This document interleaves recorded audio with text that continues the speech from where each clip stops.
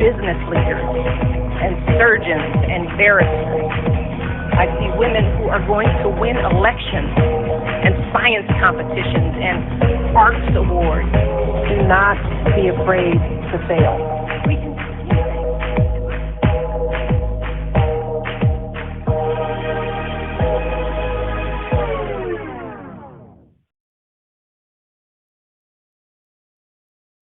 Right. Good Sunday afternoon, everyone. Happy Sunday. Happy May 1st, like the start of a new month, blooming and flowers. So we're excited to be here today, and of course excited to welcome our guests to this platform. We took a couple of weeks away to work on some housekeeping business and some events, but we're back with an all new episode, one that I am sure is going to be very thought-provoking and one that is going to really speak to what we've been discussing this entire month. Although we are in a new month, we are continuing the conversation in regards to financial literacy and really just diving into what dollars and cents mean and how we are applying those things to our life in a practical way. So we started off talking about money rules, and then we leveraged that conversation by talking about leveraging dollars and cents. And now we're here today to discuss unlocking wealth. So I'm excited to get into the conversation. For those of you that are new to this platform, I am Tiffany. I am the owner and operator of this platform. I am a social worker by trade and a community activist at heart. I have a heart for community, a heart for connectivity, and just being able to provide resources to the community to be able to discuss these taboo topics in an open forum, to bring visibility to these things, to bring awareness, to bring education and insight. And I share this platform with this awesome young lady here to my left and your right, who's going to introduce herself. Hi, everyone. I am Kenshay Saxton. I am the executive talk partner for Tiff Talks. And as she said, I might toot my own horn. I think I am amazing. But she's also amazing to work with. It's been a joy coming alongside and just helping with the insight and helping to produce events and bring awareness to the communities that's needed most. And today I am all ready to talk about all things wealth, all things investments. And so now we will have our talk guest introduce herself. Hello, I can go, right? Yeah. It's going right. Okay, I just want to make sure. Hey, everybody, I am Chelsea Lester. I am, I have a lot of things, first of all, but I was going to say, this is my cousin over here, Kenshay, and I know Tiffany, and I'm just so honored and grateful to be a part of Tiff Talks today. I am a real estate agent by profession, but I also, just like these wonderful ladies, am a community activist. I feel like one of my purposes is to give a voice to the voiceless and help connect people and provide resources for underserved communities. And I do commercial and residential real estate to make some money because, you need money to live. And hey, here we are. Okay. Yes, that's awesome. So I'm sure that you guys, even with the introduction and for Kenshay helping us to lock in to our talk guest today, are in for a treat just based off her experience, being able to be in the corporate world, but also in the community and on the ground floor. And one thing as an entrepreneur that I talk about, and I'm sure Kenshay will agree, one thing that I love to talk about is the Black Wall Street. That's something that's near and dear to my heart. I'm grateful that I was not a part of those times, but I'm happy to be able to know about them. And I think as an entrepreneur, as a minority, as within our generation, it's important that we know about those things. But being able to understand that those things are possible. And I'm grateful for things like, the Legacy Center, and for here in the Houston area, being able to have the Black Market and things that really the shape community, being able to highlight, minority wealth, being able to highlight dollars and cents in our community. But that day and kind of time in our history is just very pivotal to me. And I just have this, I guess, not unrealistic, but just this goal or just this aspiration that we as a community, we as minorities, as our generation and where we are right now in entrepreneurship can achieve that again. And being able to see or being able to read about, hey, in this, small community, however many blocks that it was, they were able to circulate a single dollar 35 plus times over and be able to really establish this lifestyle. And I feel like when you have that lifestyle and it's visible, it changes your mindset. It makes you, seek those type of things because you want to be a part of it. And that's just something that I love. And that's something that I think is really pivotal in our time. So really being able to open up and talk about, for this conversation, the mindset, my very first question to really get your insight about is, in a very practical, kind of visible manner, what does wealth speak to for our communities? Like, what does that look like for our community and minorities? Well, I think that we don't get a lot of examples of wealth in our communities, unfortunately, because of history, slavery, Tulsa, Wall Street, all of that kind of hindered or put a damper on our progress. I think that another thing, like wealth, if you look at different communities and you look at wealth started years before we were even thought of. And I think, unfortunately, in our community, we are not talking about wills. We're not talking about estate planning. Some of our grandparents don't have life insurance, or they have life insurance just to cover the funeral, but they don't have $100,000 plans, $200,000 plans. And I think, like, on the basic level, that's how we can create wealth for the next generations. Like, wealth is planning. Wealth is thinking forward for the people to come after you. Like, we may not live and experience the wealth. We might see the beginning of the fruits, but it would be our children's children that really get to experience the wealth, as we see in other communities, how they, their school is paid for. They have houses when they turn 18, 19. They have businesses that they just are groomed to go into. I think that was planned way before they were thought of. That's what I think wealth is. And I think our community, our minorities, are not necessarily, well, I think in our generation, we are planning for that, but I don't think prior to us or prior to our parents, it was planned. And I think that's why it's a huge gap of seeing wealth in our communities. That's good. That's real good. So bringing that up, I know that wealth is not all financial. It's different types of wealth. And you touched on some of that, but if you can share with us what forms of wealth exist and how can we tap into all of those? Right. I think primarily wealth is like, health is wealth.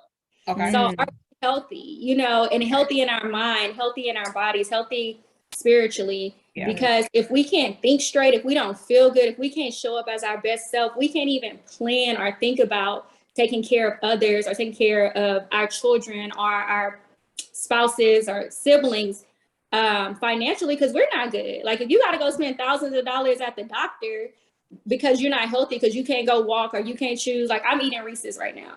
I know that ain't right for me, but I can choose to like go eat a cup of vegetables or eat an apple or something just so I can be healthy. I think that's primarily that's the major form of wealth, because if you're not healthy and you're not living, you can't build or plan for wealth for the next generation or just for your kids or for your family.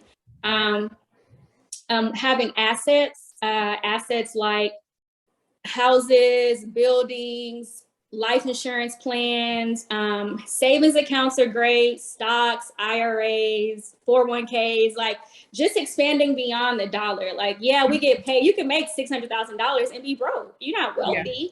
Because if you make, I don't know how much that is a month, but say that's, and this isn't wrong, but if that's $10,000 a month and it costs you $9,999 to live every month, you are broke. You are not wealthy. Yeah. But if you have a house and you bought a house, say 5-6 years ago for $100,000, now your house is worth $300,000. That is a form of wealth. It's not liquid, but if you want to sell your house, if you wanted to pull equity out of your house, you have money outside of your bank account. Okay. And I think also that's what stocks as well, and investing in 401ks. Like for certain companies, they match you 6%. So some people can be at a company for 5 years and have $50,000, $60,000 in their 401k. Yeah. And that's coming out your check. You don't even see it. So I think wealth, going back to just planning, but just being aware and educating yourself on one, how am I healthy? What do I need? What does it look like for my body to be healthy? Mhm. What does it look like for my mind to be healthy? But then how am I using my money to really transition the trajectory of my family? I agree. I love that. Me too. I love that in this response, but in the response to the previous question, you talked a lot about planning.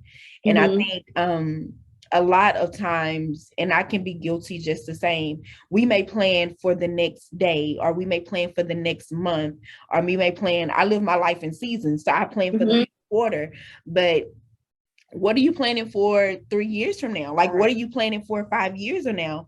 So being able to have that forward thinking and plan for that is very key. And then also when you said extending your dollars and cents, like being able to understand you have to live beyond your means, and you know, saying that or live below your means so that you can live beyond. I like that. Living below your means so you can live beyond. I love that. I love that. And yeah. And I think something that we both kind of heard from all 3 episodes now is talking about life insurance. Yeah.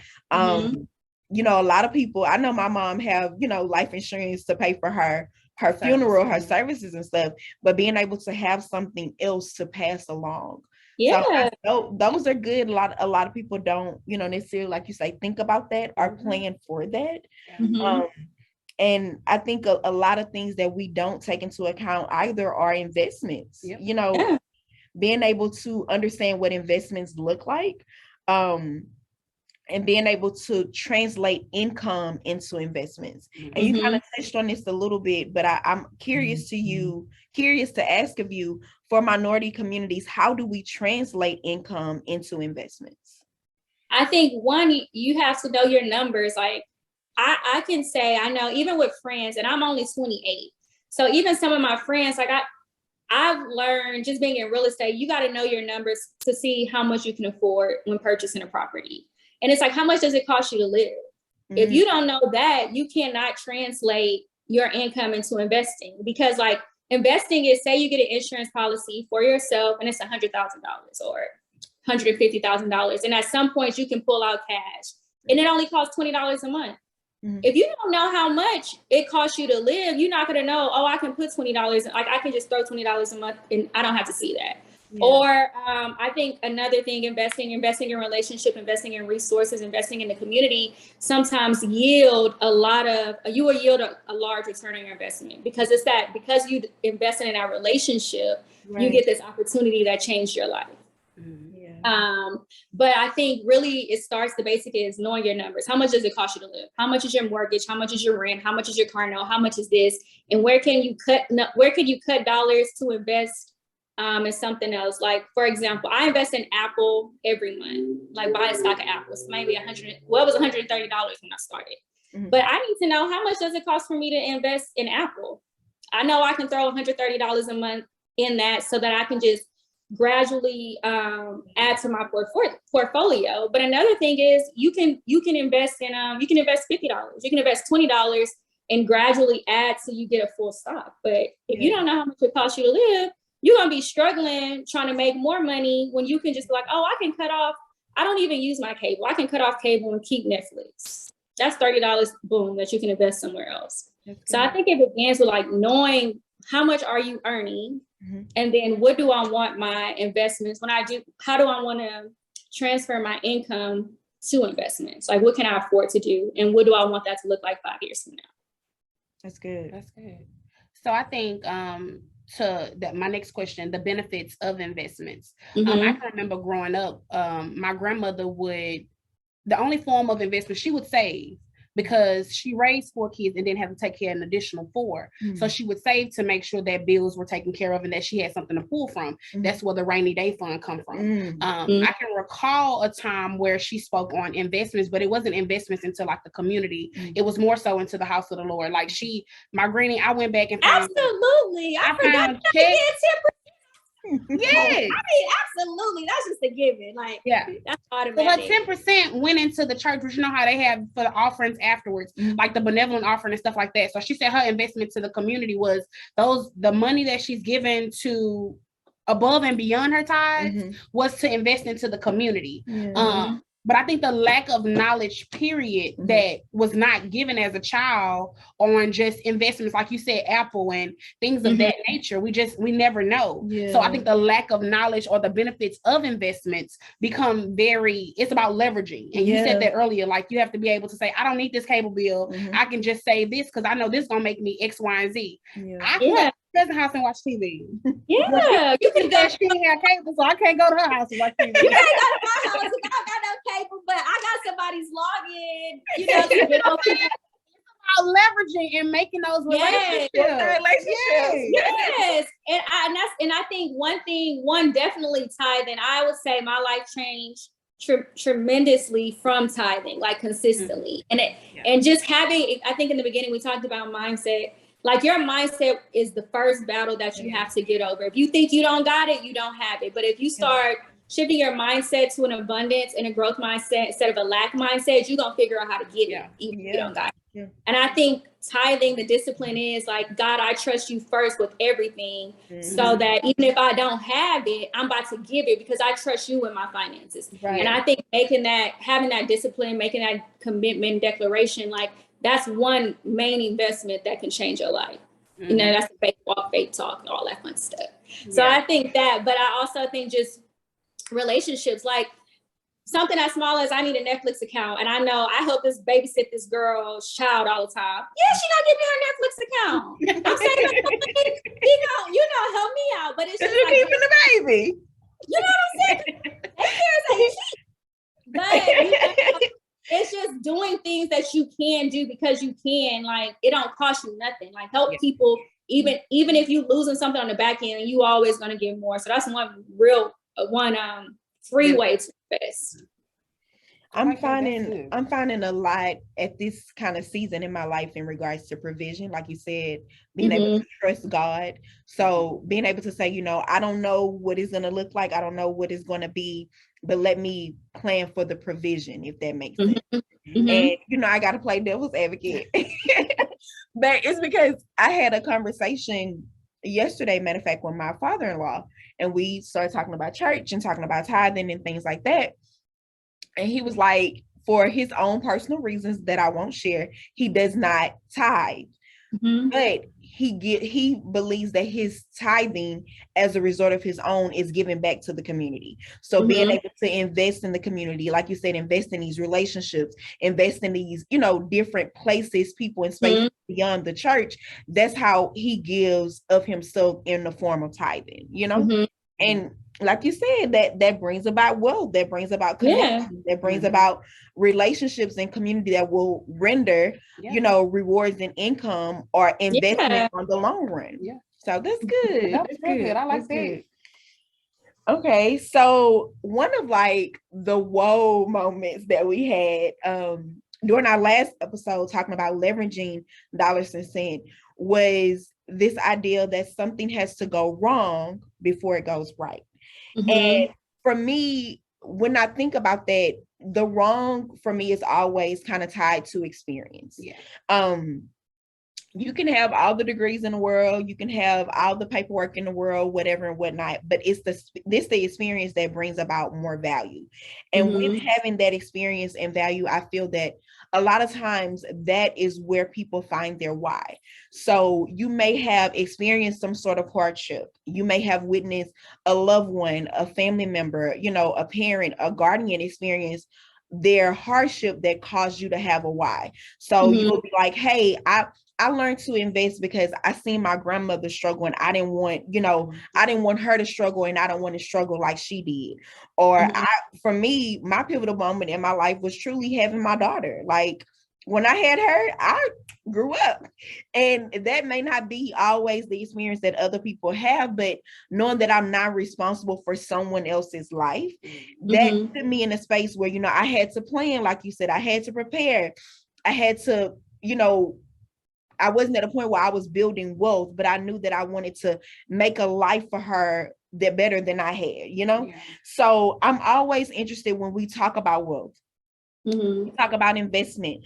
What experience have you had or your own personal why caused you or led to your own experience and investments and building wealth as it relates to your own family and community? Mm-hmm. I've had quite a few experiences, but what I think with the thing that triggered me was when I see white people or other people have this, and not to say their life is easy, but to say that like that door is already open for you because something your parents did. That I was like, why not me? Why can't that be my family? Like what?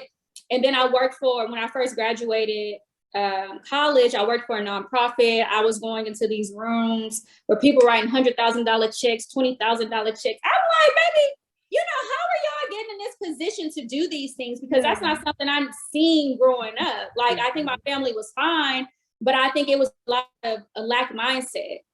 So seeing that kind of made me be like, I don't.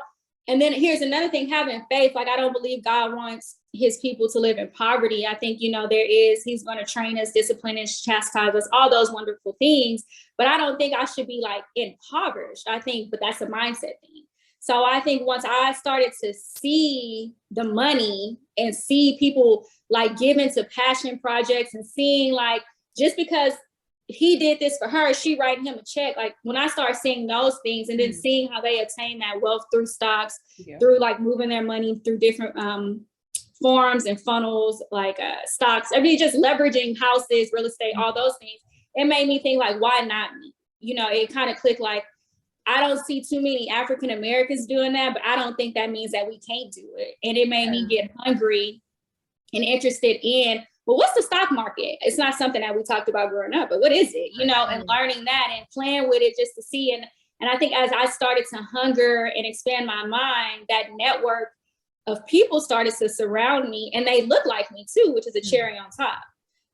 So for me, it was just like, I don't believe that because I'm African American or because I'm a Christian or all those things, that means I have to struggle, or just because bad things happen to me or bad things happen to my family, does that mean that's going to put me in a box and I'm stuck here? Like, we're only stuck in our minds. And if I choose to expand my mind, then everything else will expand around me.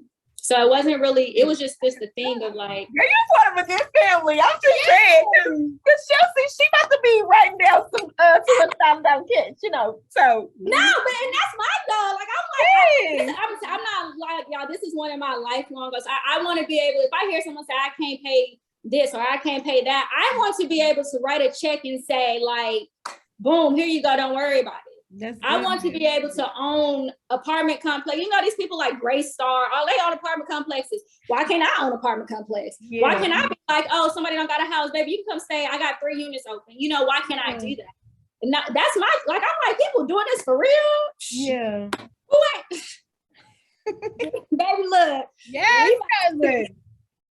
I love it. You know, that's what I think. I think it comes with my mind, like expanding my mind, like that, not being stuck in the circumstance, being like, okay, this is my circumstance today, but this don't have to be my circumstance tomorrow. Right. Yeah. You have to leverage and grow from experience. Yeah, and be uncomfortable going into those rooms, because I'm typically one of the youngest people in those rooms. I don't know what y'all talking about. I don't got no kids. I can't relate on this. I can't whatever, but I was stepping out of my comfort zone. And in that space, I learned, or I'm connected. Like, I have people that I might never know that I can call and say, hey, I have this problem. Or I can call a lawyer and she ain't charging me like by an hour because we connected in this room. Yeah. That's good. That's good. Yeah. That's good. That's the relationship. That's the relationship. Yeah. That's the network, right? The network. Yeah. That's the net worth. Yeah. The network. Your network is your network. Yeah. That right your network is your network. I love that. Yes. I think because I don't know, maybe I've just been preparing for this talk time. I had a call from my brother-in-law on Sunday morning, because he's in some of the same kind of talk discussions that we have here in this platform, but in a whole nother state. And he was preparing for a radio interview that he was doing, and it was something that kind of clicked to him, in that so often in our community and minority communities, we play the scapegoat, if that makes sense, because I'm brown, because I'm Black, then there has to be some sort of systemic thing going on that sets me apart, where I'm a less than, when in actuality, the world as it was created, although we have slavery, although we've had hardship, although we've, experienced all these things, the world and America as it was created was to be able to build and be able to have wealth.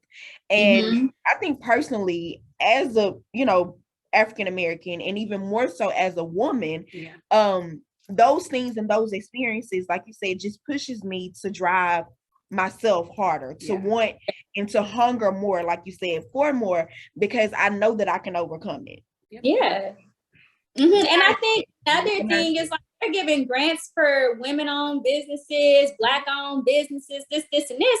No, we need to do is find the person who could write us that grant so we can get it. Right. So it's like and it's not saying that, I know people check the boxes to create these things to say they are doing things for certain groups of people. But it's like, if they want to check them boxes and create it, well, I'm going to check the boxes, get the check in my account. So how do I do that? Instead of saying, oh, I can't do that, or I haven't done this, or whatever. Like, I'm going to harass somebody because you're going to tell me how I'm about to get this. I know that's right. Yes. And what I hear a lot in this conversation is about intentions. And this entire mini series has been intentional and about intentions, and being able to define what those tensions are through your own self-discovery, but ultimately through discipline.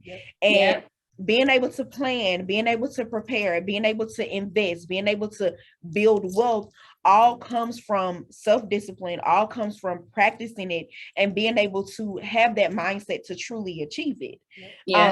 And I mean, as we go through life, our experiences are truly just sums of choices. And if you are making an intentional choice to render the purposeful outcome, then what you're doing ultimately is going to align. And like you said, it may not be something that you're able to see in your own lifetime, but it's something that you're preparing for the next generation and the generation thereafter. So my question for you is, what key components do you think unlocks wealth, and how does one intentionally practice that to achieve it? I think key component is ownership. You have to own something to be wealthy. I think wealth is generational. So like, even if we have a lot of money in this day, I think we're rich, but I think it becomes wealth when our kids or our nieces and our nephews reap the benefits of the work we're doing today.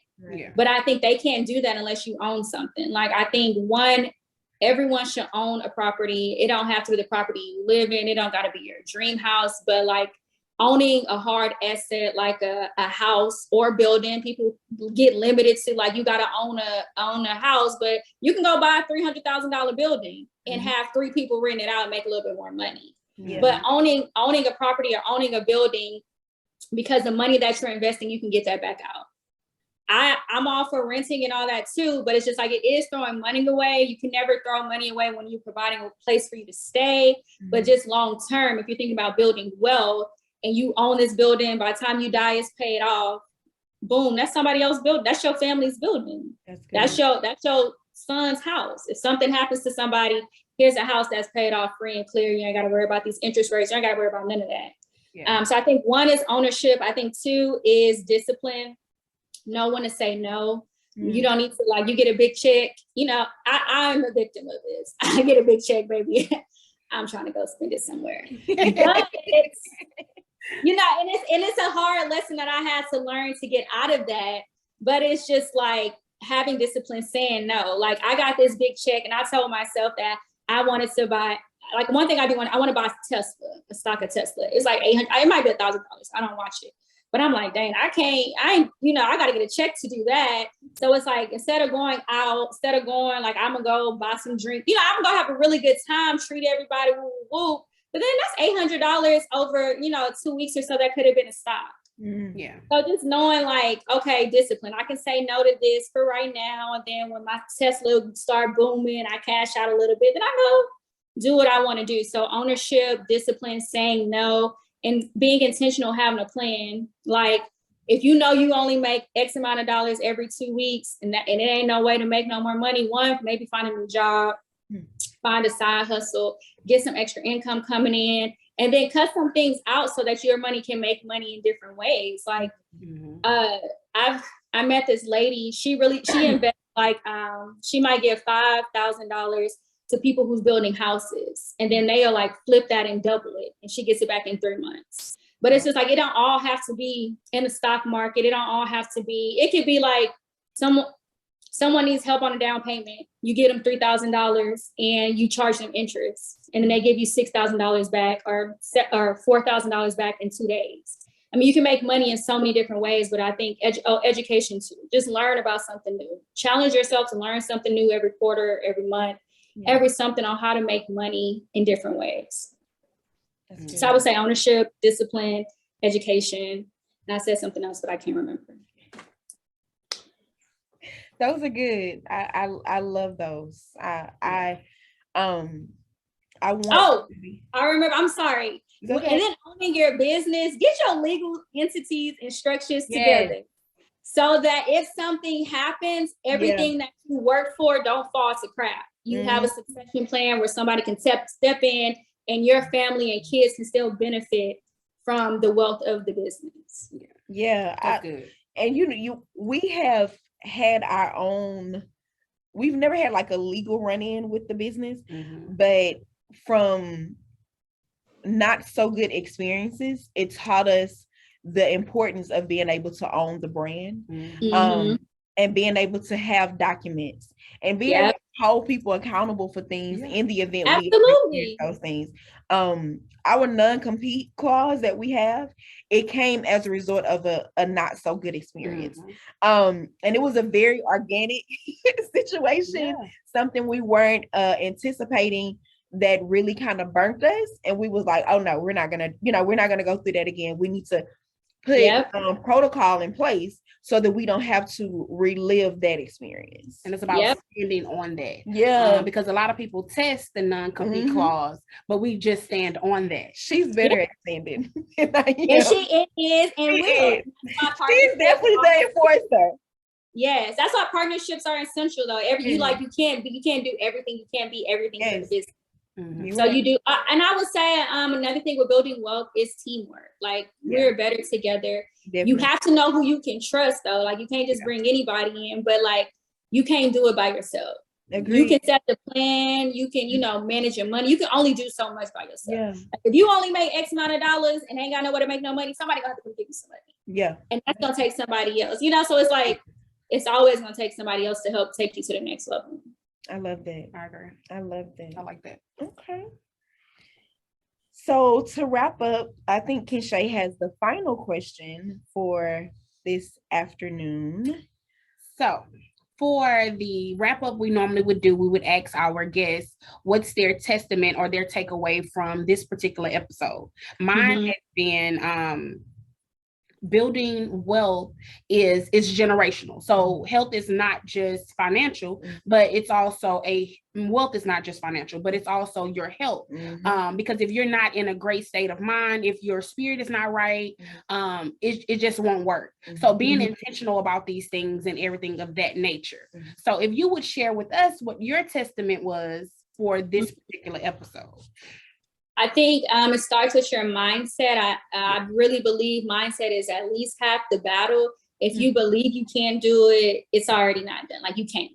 But if you got faith of a mustard seed and you believe, like, I have this grand idea, I don't know how I'm going to get it done, but I'm going to keep pushing. And it's like, do what you can. And I believe God will do the rest. So if all you can do is write the plan out, baby, write the plan, make it plain, ask somebody to review it. Start saving little dollars here and there, invest in going to different seminars or whatever you can do. And I just believe it's going to be like, it only takes one yes from God to change a lot of things. And I think it starts with your mindset.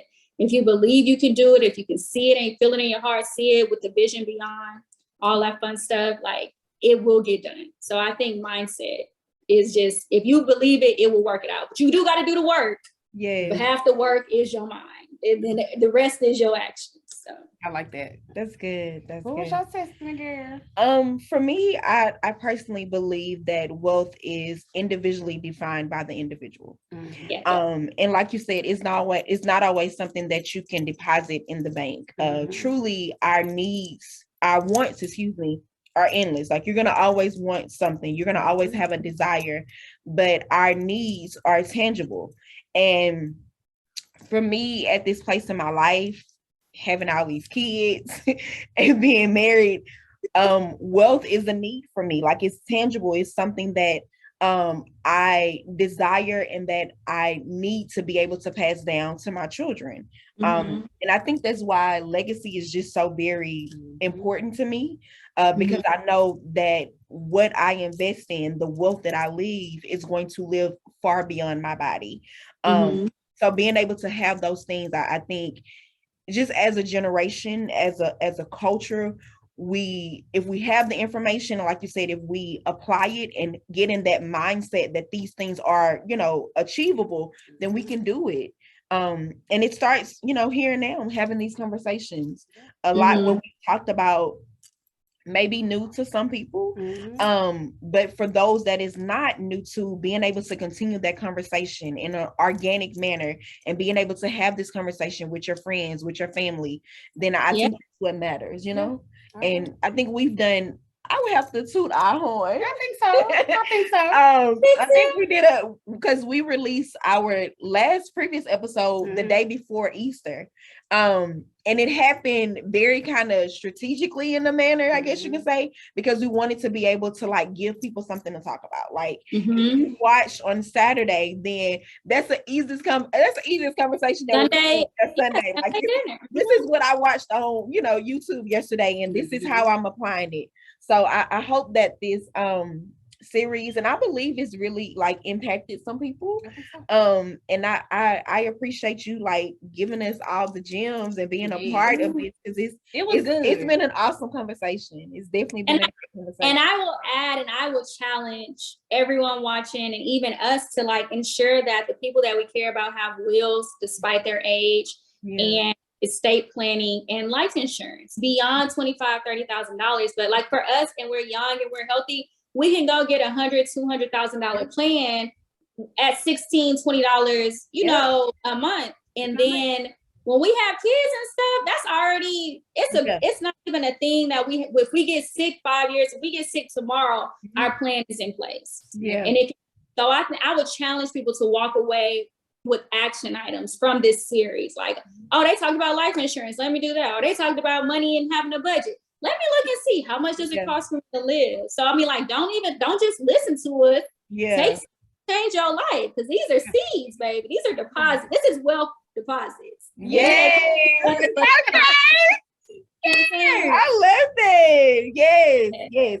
And that should be, like Chelsea said, like at minimum. Like, get your life insurance policy at minimum. Learn how to budget at minimum. Get a will for your mama, daddy, sister, brother, son, whoever. At minimum.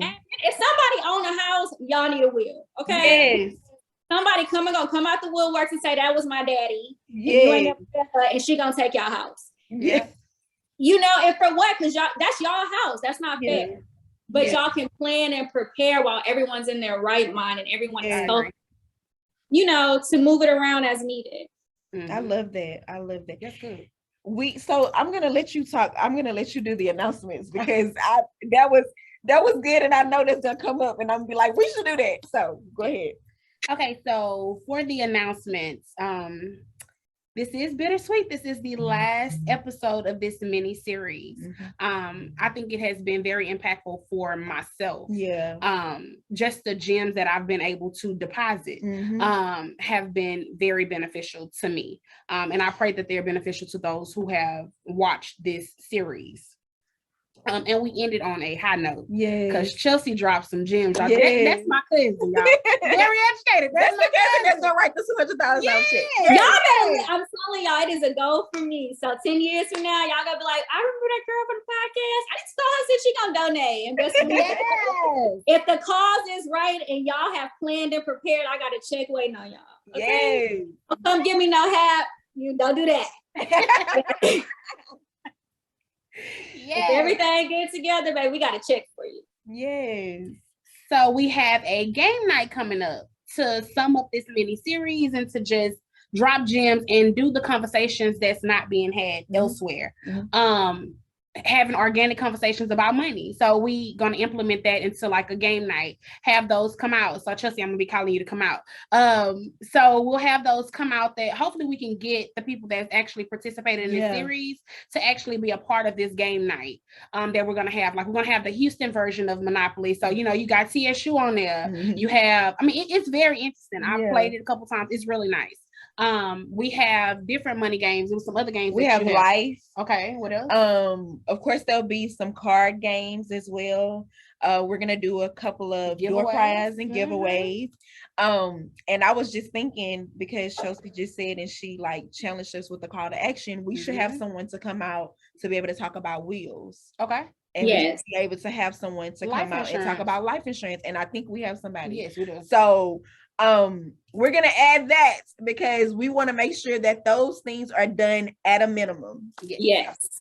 Okay, next thing we have is our Mother's Day Live, which we do every year, and it has been a blessing. So and I like the fact of giving away to those deserving mothers, or those mothers that can't afford or don't have it, and those who are just wanting to appreciate their mother.